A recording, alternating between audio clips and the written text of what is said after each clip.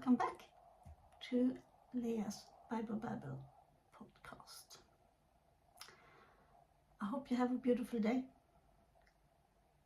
or in the end we'll have a more beautiful day when we're done with this chapter. We're going to take it from the beginning, Genesis. As I told you in the introduction entry, Genesis is Greek for the word the beginning. And what do we know about the book of Genesis?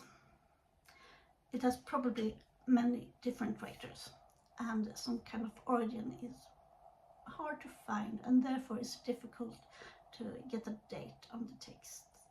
But some kind of word of mouth occurred long before it got written down. But an estimated guess is that it's around 2,500 years before Christ. To get the perspective, here in the northern Europe, it was the end of Stone Age and the beginning of the Bronze Age. Runes were carved into stone and some settlements existed, but most people migrated with their livestock. But further down south, in both Europe and the area that is known as Middle East, the idea of being in the same place because of agriculture was growing, and the idea is presented in Genesis. At the same time, Stonehenge and the Djoser pyramid was under construction. So it's about 4,500 years ago. The story I've chosen to look a little more closely on is the one of Cain and Abel in Genesis 4. That means the book of Genesis, chapter 4, and the lines 1 to 16. Now we are talking dysfunctional family, but they're not unique. In both the Norse and the Greek mythology, there is a sibling killing another sibling, so they're not unique. But over to Genesis. Cain and Abel's parents, Adam and Eve, has been banned from the gardens of Eden and need to flee to the east of Eden. So where was Eden? According to the Bible, its east and west borders make sense with the river of Euphrates and Tigris, while its north and south, it's all over the place. In the north is the land of gold, and in the south, the land of Cush. I have a theory that the land of gold might be the land of Georgia, northeast of modern-day Turkey, where they used lamb fleece to extract gold from its river, and probably where the tale of Jason and the golden fleece took place. But Cush, on the other hand, gets in trouble, because what we know today, that the land of Cush is, on the other hand, in the south of Egypt and northern Sudan, also called the Nubian kingdom, and that is thousands of miles away from the land of Euphrates and Tigris. So we are not going there. The east of Eden is modern-day Iran. Adam and Eve represents a transition here from hunting and gathering to farming and livestock. And we are now in the chapter 4 of Genesis.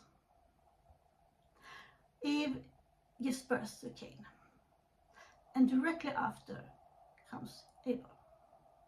That sentence made me wonder if they were twins. Let me explain. One of the writing styles in the Bible is called duality or dualism.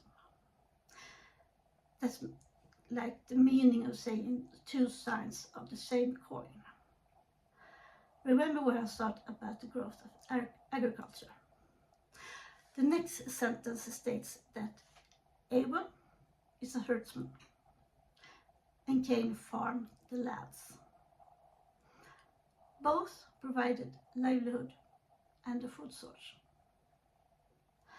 The next part of the text doesn't mention anything about their age, just that God was more pleased with Abel's offering than Cain's. Back then, children helped their families for survival, and even today you can see in the many third world countries the small children are hoarding livestock and helps in the fields. With that being said, now the text gets interesting. The message is about jealousy, but it creates two different scenarios. If Cain and Abel were children, let's say about the age of 8 to 10, or if they were grown-ups. Children tend to do more in effect, while grown-ups makes plans. Anyway, Abel dies, and God almost gives Cain a curse of some sort. The land will no longer be fertile, and he will roam the earth. But at the same time makes a promise to Cain that if he is murdered, he will be avenged sevenfold. And Cain goes even more eastbound than his parents. Nowhere in the chapter is a number written or said except of the number 7. Let's look at the Jewish traditions within the Jewish numberology. Number 7 is a holy number. It's the number of the weekdays. Moses was the 7th generation from Abraham, among others. And the number also symbolizes completion, association with God, the covenant of holiness and sanctification.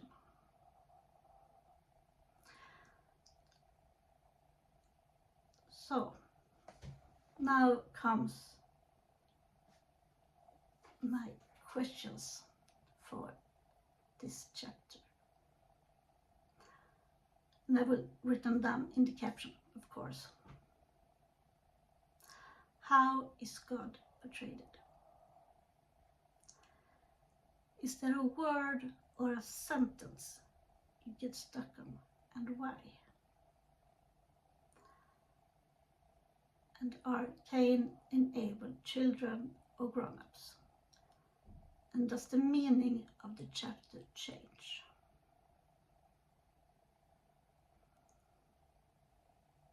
So, comment in the down below, and hopefully we can start a discussion of this first chapter. Well, let's pray. Lord, help us remember that no matter what things look like today, there's always a new dawn, a new morning, and a new creation at the horizon. Your mercies are new every morning. Great is your faithfulness. Amen.